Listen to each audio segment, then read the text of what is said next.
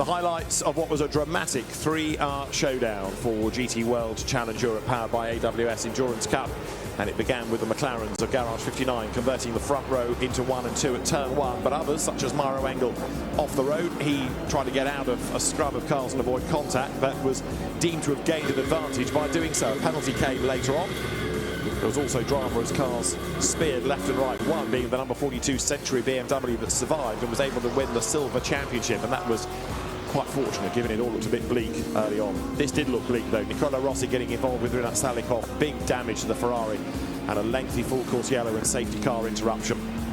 There was debris on the road, wrecked cars and a driver to assist, but Nicola Rossi and Renat Salikov both okay.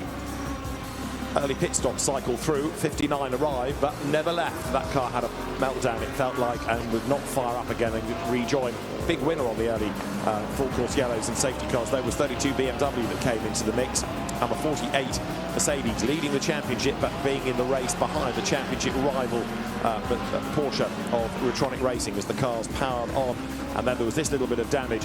It looked as though the front bumper was ripped off 96, and yet somehow it managed to get itself hooked back up in the air, forcing it back onto the car.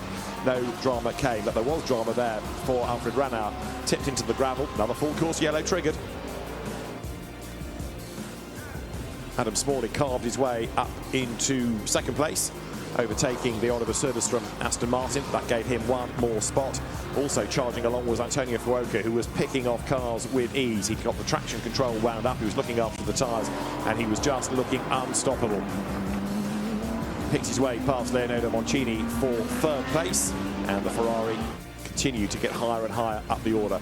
And then more drama as off the road went Rocco Mazzola, massive damage to the front of his Audi, and another full course yellow into safety car period. Lucas Auer rejoined in 48, and at this point it was quite straightforward. Patrick Niederhauser had to finish in 7th place if 48 was outside the top 10, and it took him a long time to get from 8th to 7th. He was all over the back of Harry King as Arthur Leclerc lost out to Raffaele Marciello, who was able to make his move on the inside going into turn 7. And then finally Niederhauser made the move on the inside going into turn 5. That was 7th place after 40-odd minutes of hard work and delight for him and the rest of the team. Alessio Picariello on his feet to celebrate, but through it all to win the race outright and win the Gold Cup, Adam Smalley, Dean McDonald and Louis Pret, who drove a brilliant stint to bring the car home victorious.